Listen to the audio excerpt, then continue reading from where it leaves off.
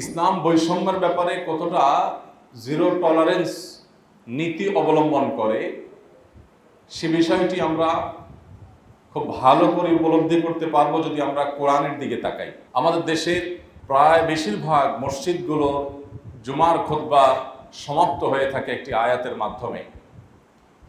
সেই আয়াতে আল্লাহ রাব্বুল আলামিন মুসলমানদেরকে তথা বিশ্ব মানবতাকে ইনসাফ এবং ন্যায় বিচার প্রতিষ্ঠা করার নির্দেশ দিয়েছেন। আল্লাহ বলেছেন, ইন্নাল্লাহা ইয়া'মুরু বিল আদলি ওয়াল ইহসান। আল্লাহ সুবহানাহু ওয়া তাআলা আদল বা ইনসাফ, ন্যায় বিচার, ন্যায় নীতি এটাকে প্রতিষ্ঠা করবার জন্য, এটাকে অবলম্বন করবার জন্য আল্লাহ তাআলা নির্দেশ করেছেন। কোরআনে কারীমের শুরু থেকে শেষ পর্যন্ত যে নির্দেশগুলো সবচেয়ে বেশি সংখ্যকবার দেয়া হয়েছে, কোরআনে কারীমের পাতায় পাতায় যে নির্দেশ বারবার আল্লাহ রাব্বুল আলামিন করেছেন, রিপিটেডলি যে বিষয়ে আল্লাহ রাব্বুল আলামিন আমাদেরকে সতর্ক করেছেন, সেটি হলো আমরা যেন ইনসাফ বজায় রাখি, আমরা যেন ন্যায়নিষ্ঠ হই, আমরা যেন ন্যায় সঙ্গত আচরণ করি, আমরা যেন যথোপযুক্ত বিচার করি, অবিচার যেন না করি, বৈষম্য যেন না করি, ইনসাফ যেন করি। সেই জন্য কোরআনে কারীমের সবচেয়ে বেশি পরিমাণে যে নির্দেশগুলো দেওয়া হয়েছে তার মধ্যে এটি অন্যতম। প্রিয় নবী সাল্লাল্লাহু আলাইহি সাল্লামের ঐতিহাসিক যে বিদায় হজের ভাষণ ছিল, সেই ভাষণের প্রতিটি পয়েন্টে পয়েন্টে প্রিয় নবী সাল্লাল্লাহু আলাইহি সাল্লাম ইনসাফ এবং ন্যায় বিচার এবং বৈষম্যহীন সমাজ ব্যবস্থা গড়ে তুলবার জন্য আমাদেরকে নির্দেশ জারি করেছেন। তার ভাষণের প্রতিটি পয়েন্টে পয়েন্টে, প্রতিটি লাইনে লাইনে আমরা দেখি যে তার ভাষণটা মূলত ন্যায় বিচার, ইনসাফ এটা প্রতিষ্ঠার পর দাঁড়িয়েছিল। এই জন্য নবী সাল্লাল্লাহু আলাইহি সাল্লাম বলেছেন, আলা ইন্না রব্বাকুম ওয়াহিদ, হে মানব জাতি, হে লোক সকল, তোমরা জেনে রাখো তোমাদের সবার রব এক। ঐক্যের একটা মূল সূত্র যেন আমরা খুঁজে পাই, সেজন্য নবী করিম সাল্লাল্লাহু আলাইহি সাল্লাম আমাদেরকে এই নির্দেশনা দিয়েছেন, আমাদেরকে স্মরণ করিয়ে দিয়েছেন যে একটি জায়গায় আমাদের সবার, একটা সুতোয় আমরা সবাই গাঁথা, একটা জায়গায় আমাদের সবার সাথে সবার ঐক্য রয়েছে, আর সেটি হলো যে আমাদের সবার পালনকর্তা একজন।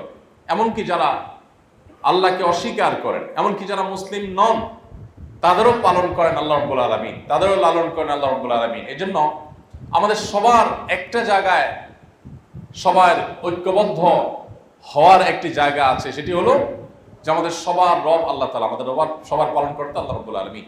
নবী সাল্লাল্লাহু আলাইহি সাল্লাম আরো বলেছেন, ইন্না আবাকুম ওয়াহিদ, নিশ্চয়ই তোমাদের বাবাও এক, আমরা সবাই আদম আলাইহিস সালামের সন্তান। অতএব আমাদের ঐক্যের দুটি যোগসূত্র খুঁজে পাওয়া গেল। আমরা এক বাবার সন্তান, আমরা এক রবের গোলাম বা দাস।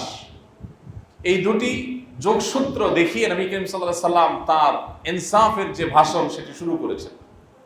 কারণ বিভিন্ন বর্ণ, বিভিন্ন ভাষা এবং বিভিন্ন গোত্র সম্প্রদায়ের মানুষ একে অন্যকে নিজেকে অন্য থেকে পৃথক ভাববার কোনো কারণ যেন না থাকে, সেজন্য ঐক্যের যে যোগসূত্র সেটা নবী সাল্লাল্লাহু আলাইহি সাল্লাম প্রথমে উল্লেখ করেছেন, যাতে করে মানসিকভাবে সবাই নিজেকে অন্যের চেয়ে পৃথক না ভেবে একজনকে অন্যজনের পরিপূরক ভাবে। সেজন্য তার এই বক্তব্যের ফাউন্ডেশন দিয়েছেন, তার ঐতিহাসিক বিদায় হজের খুতবার এই ফাউন্ডেশন দিয়েছেন এই কথার উপরে যে তোমাদের সবার বাবা এক, সবার রব এক।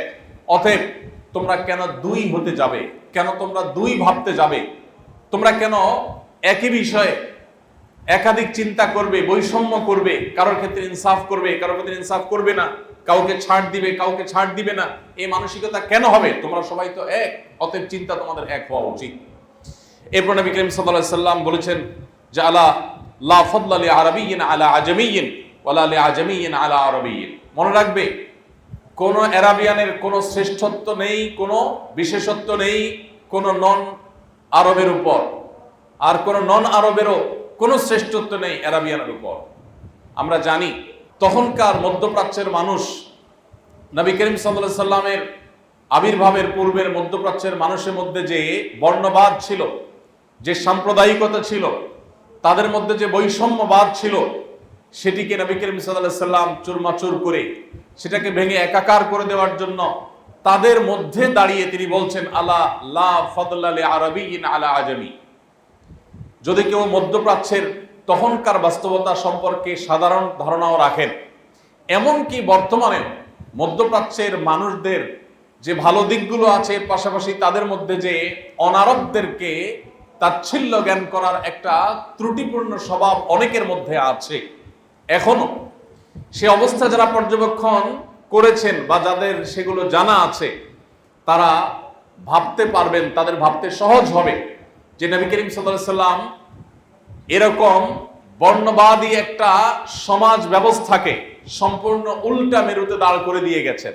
শুধু বক্তব্য দিয়ে যান নাই, এমন সমাজ প্রতিষ্ঠা করেছেন যেখানে ইথিওপিয়ান, নিগ্রো এবং কৃতদাস একজন মানুষ বেলাল হাবশী রাদিয়াল্লাহু তাআলা আনহু নবী করিম সাল্লাল্লাহু আলাইহি সাল্লামের সহকারী, ইমামের সহকারী হয়ে থাকেন মুয়াজ্জিন।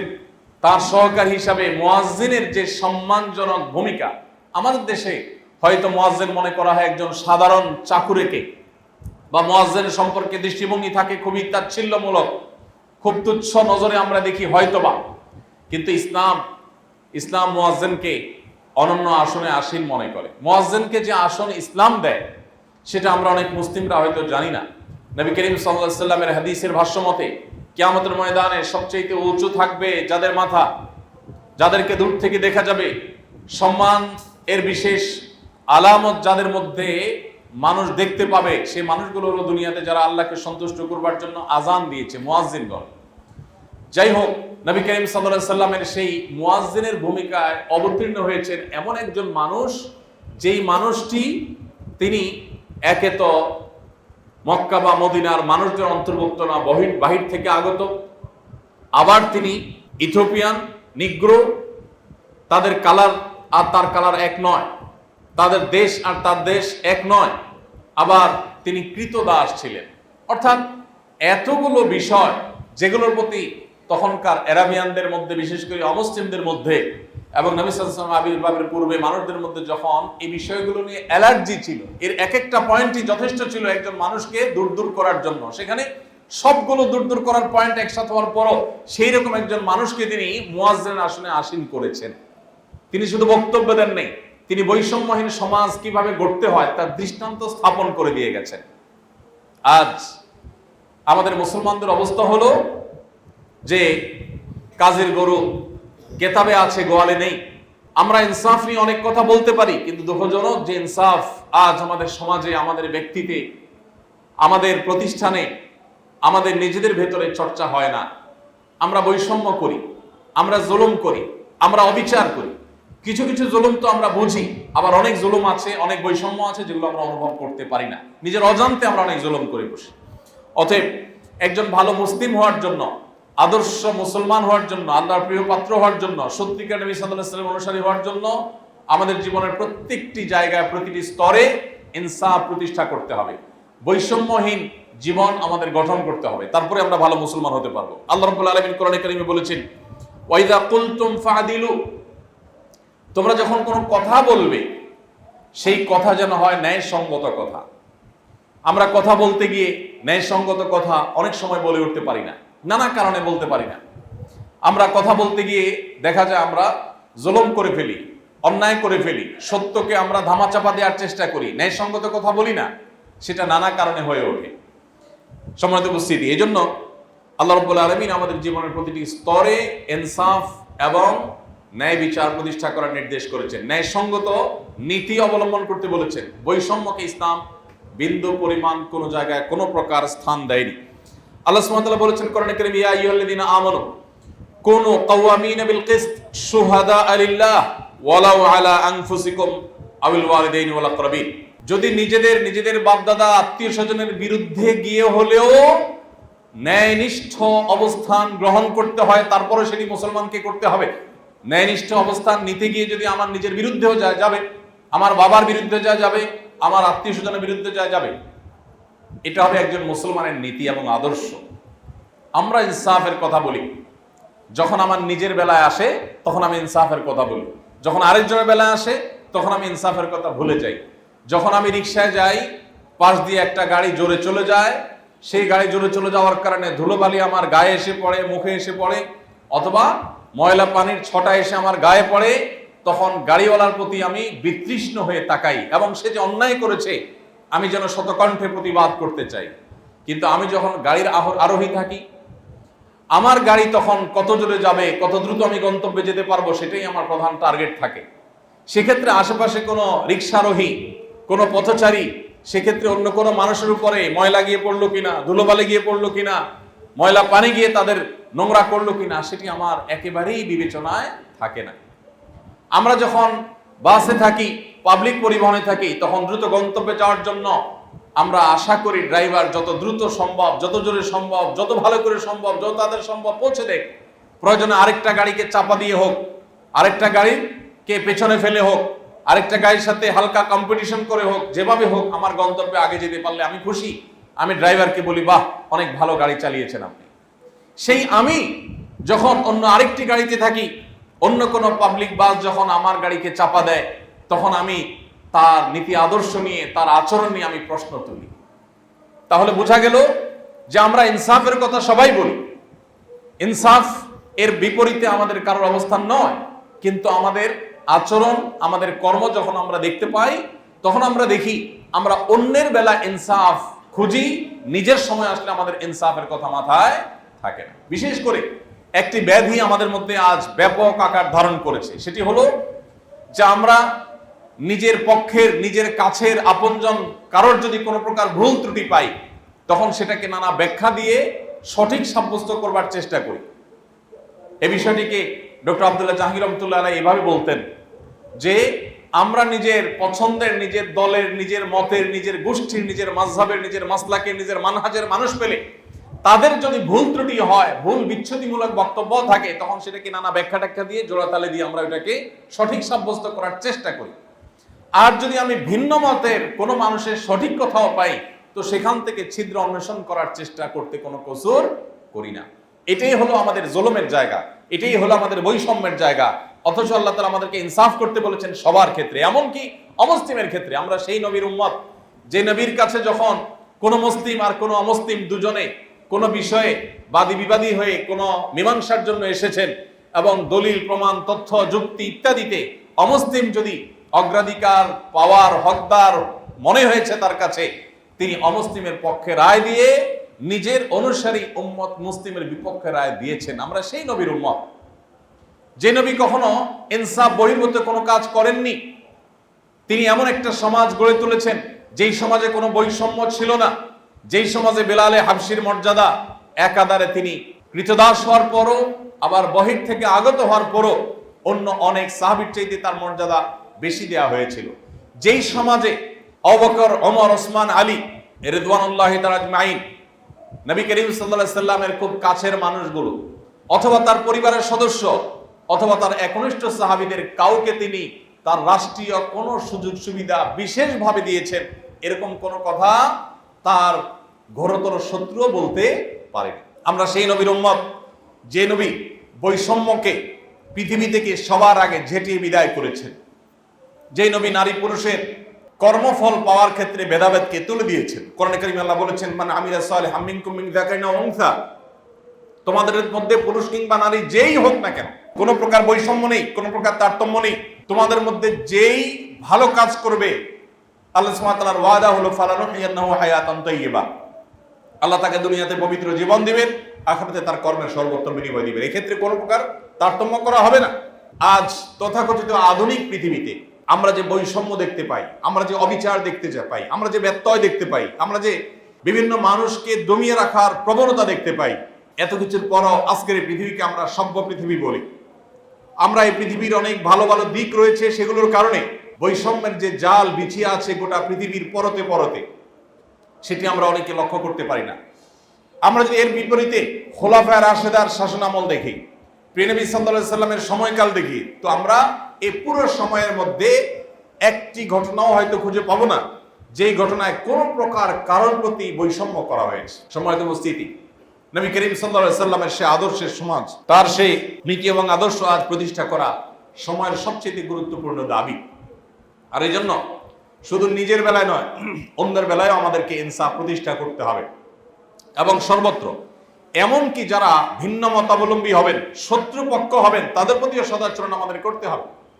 কোরআনে কারিমে আল্লাহ রাব্বুল আলামিন আমাদেরকে সে নির্দেশ করে বলেছেন, ওয়ালা ইয়াজরিমান্নাকুম শানাআনু কওমিন আল্লা তা'দিলু ই'দিলু হু আকরাবু লিত-তাকওয়া, কারোর সাথে তোমাদের যদি শত্রুতা থাকে, ভিন্ন মত থাকে, তাহলে সেই কারণে তার প্রতি তুমি ইনসাফ করা থেকে বিরত থাকতে পারো না। হতে পারে সে তোমার শত্রু দেখে তার বেলায় মিথ্যা কথা বলা যাবে, প্রপাগান্ডা ছড়ানো যাবে, তার চরিত্র হনন করা যাবে, গালিগালাজ করা যাবে, বা তিনি তিল করলে সেটাকে তাল করে দেখাতে হবে, তিনি ভুল না করলে সেটা ভুল সাব্যস্ত করতে হবে যেহেতু আমার প্রতিপক্ষ। এটা তোমরা করতে পারো না। আদিলু হুয়া আকরাবুল তাকওয়া, সবসময় তোমরা ইনসাফ করবে, সেটি তাকওয়ার অধিকতর নিকটবর্তী। সোশ্যাল মিডিয়াতে আমরা রাজনৈতিক কিংবা ধর্মীয় ইস্যুগুলোতে দেখব পরস্পরের বিরোধিতা করতে গিয়ে ইনসাফের গণ্ডি আমরা পার হয়ে চলে যাই।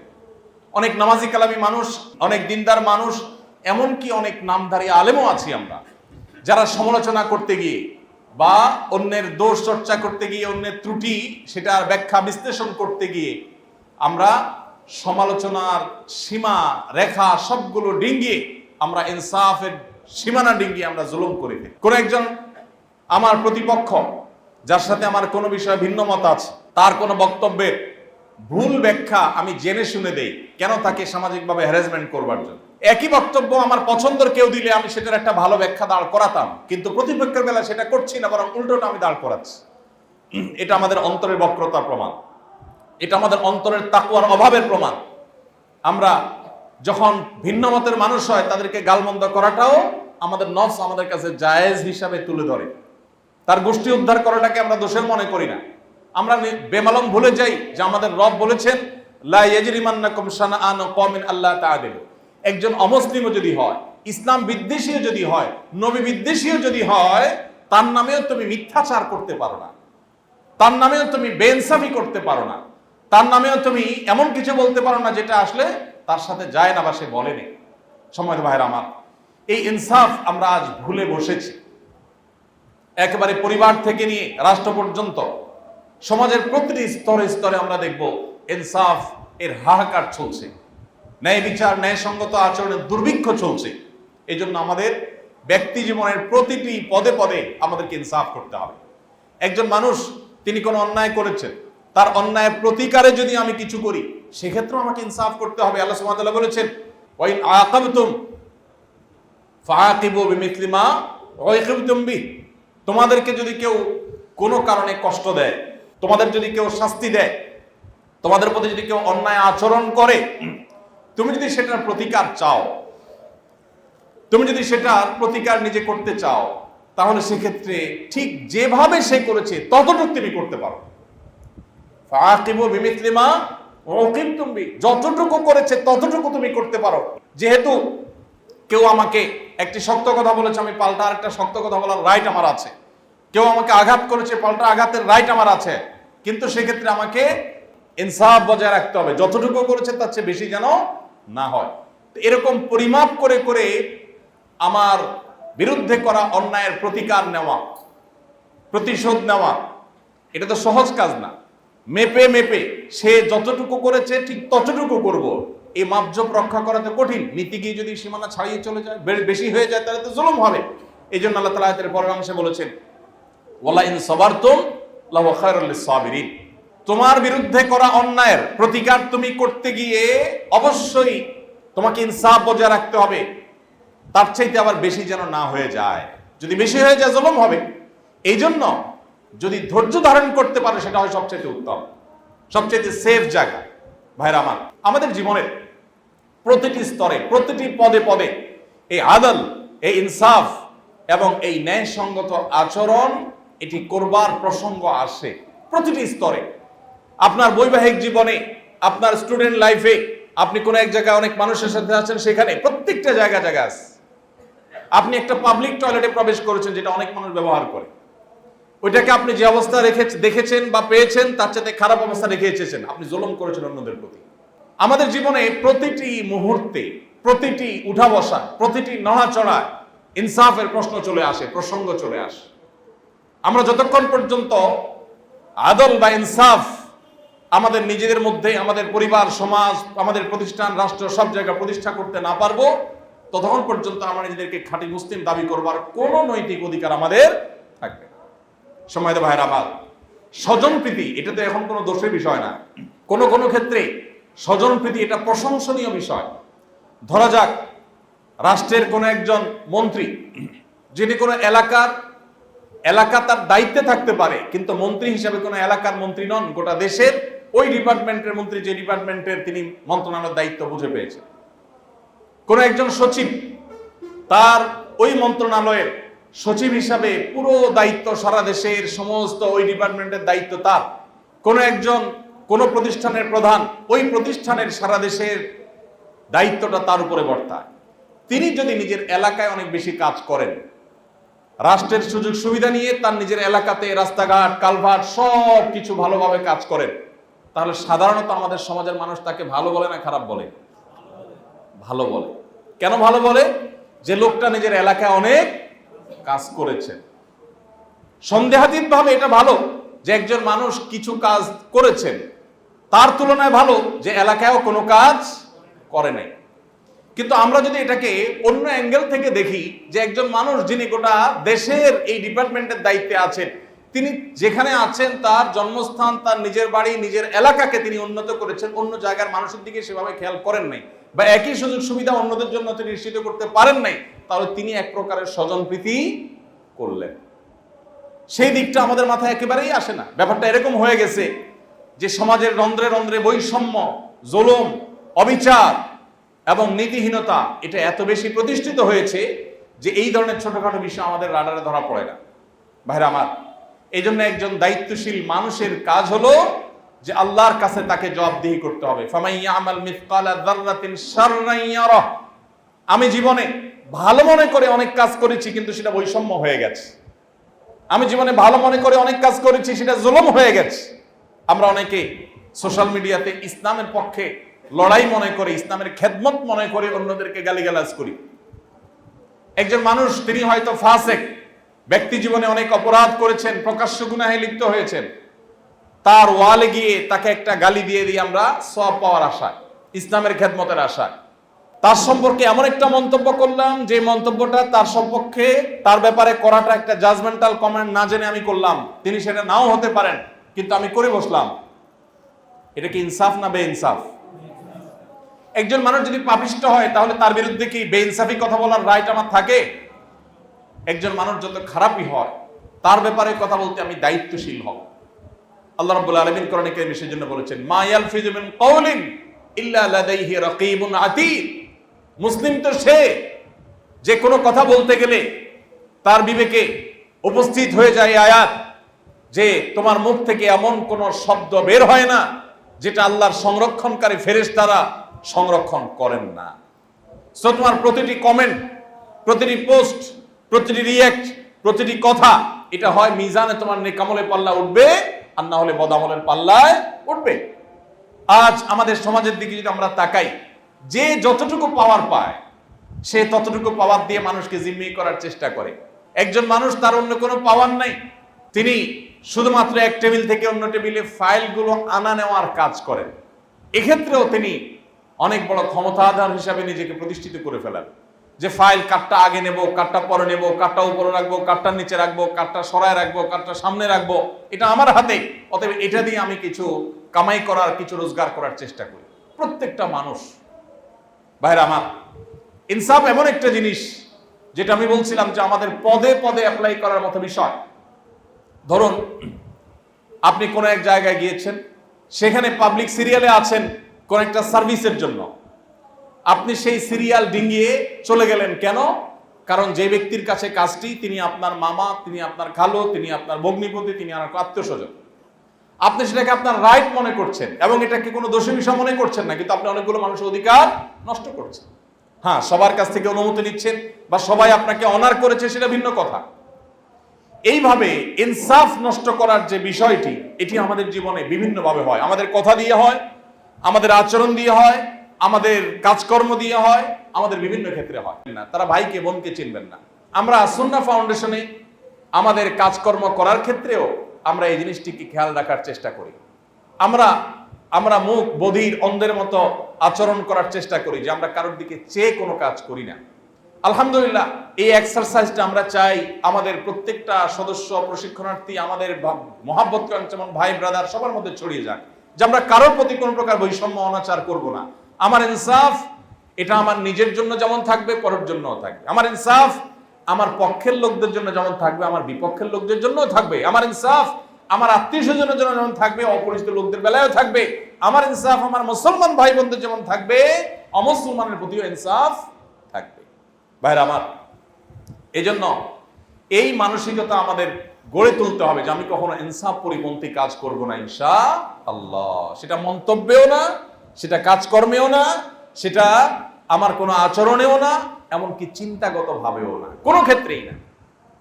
আমরা সেই ইসলামের অনুসারী যে ইসলাম আমাদেরকে ইনসাফের সর্বোচ্চ দৃষ্টান্ত স্থাপন করবার নির্দেশ করেছে। আল্লাহ রাব্বুল আলামিন আমাদের সবাইকে ইনসাফের এই পরাকাষ্ঠা আমাদের জীবনের পরতে পরতে প্রতিষ্ঠিত করবার তৌফিক দান করুন। আমরা সবাই চেষ্টা করবো তো ইনশাআল্লাহ। ভাইরা আমার, বৈষম্য যদি আমরা দূর করতে না পারি, বৈষম্য যদি দূর করতে না পারি, তাহলে কিয়ামত নিকটবর্তী। যত বেশি পৃথিবীতে বৈষম্য প্রতিষ্ঠিত হবে, কিয়ামত তত নিকটবর্তী হবে। নবী করিম সাল্লাল্লাহু আলাইহি ওয়াসাল্লামের ঐতিহাসিক শেখ হাদিস রয়েছে, তিনি বলেছেন, ইদা দুইয়াতিল আমানাহ ফান্তাদিরিস সাআহ। যখন আমানত নষ্ট করা হবে সমাজে, অহরহ চতুর্দিকে দেখবে যে আমানত খেয়ানত হচ্ছে, আমানত রক্ষা হচ্ছে না, তখন তুমি কিয়ামতের প্রহর গুনতে থাকো। কিয়ামত আর দেরি নেই, বুঝে নাও। যখন আমানতহীনতা, আমানতের খেয়ানত সমাজের রন্ধ্রে রন্ধ্রে প্রতিষ্ঠিত হয়ে যাবে, তখন কিয়ামতের ক্ষণ গণনা শুরু করে দাও। জিজ্ঞাসা করা হলো, কাইফা ইদাআতুহা ইয়া রাসূলুল্লাহ, আমানতের খেয়ানত কিভাবে, আপনি কি মিন করেছেন? তখন তিনি বলেছেন, ইদা ওয়ুসিদাল আমরু ইলা গায়রি আহলিহি, যখন কোন ব্যক্তি কোন বিষয়ে উপযুক্ত নন, তারপরও তাকে সেটা দেয়া হলো, সে পদ দেয়া হলো, সে চাকরি দেওয়া হলো, সে সুবিধা দেওয়া হলো, সেটাই হলো আমানতের খেয়ানত। এরকমটি হলে তুমি কিয়ামতের জন্য অপেক্ষা করো। এজন্য ভাই, আল্লাহ তাআলা আমাদের জীবনে যেখানে রাখুন না কেন, যে অবস্থায় থাকি না কেন, আমি রাগান্বিত অবস্থায় আমার ইনসাফের কথা যেন মাথায় থাকে। আমি রাগ হয়ে যেন বেইনসাফি কথা বলে না ফেলি। যদি বলে ফেলি, সাথে সাথে এটা কারেকশন করে ফেলবো, মাপ চেয়ে। চেষ্টা করবো তো ইনশাআল্লাহ। দুনিয়ার করা খেয়ানত গুলোর প্রতিটি ছোট বড় খেয়ানতের বিচার আল্লাহ তাআলা করবেন। করবেন কি করবেন না? এই জন্য একজন রিকশাওয়ালা, একজন গরিব মানুষ, একজন খেটে খাওয়া মানুষ, একজন অভয় মানুষ, আমার অধীনস্থ একজন মানুষ, যিনি আমার অধীনস্থ, আল্লাহ তাকে আমার অধীনে করে দিয়েছেন। এই সুযোগে আমি তার প্রতি কোনো বেইনসাফ করছি কিনা, তাকে শাসন করতে গিয়ে আমি ইনসাফের গণ্ডি পার হয়ে যাচ্ছে কিনা, আমি ক্ষমা চাই। চেষ্টা করবো তো ইনশাআল্লাহ। যদি কখনো ভুল হয়ে যায়, সেটাকে কারেকশন করতে আমরা দেরি করব না।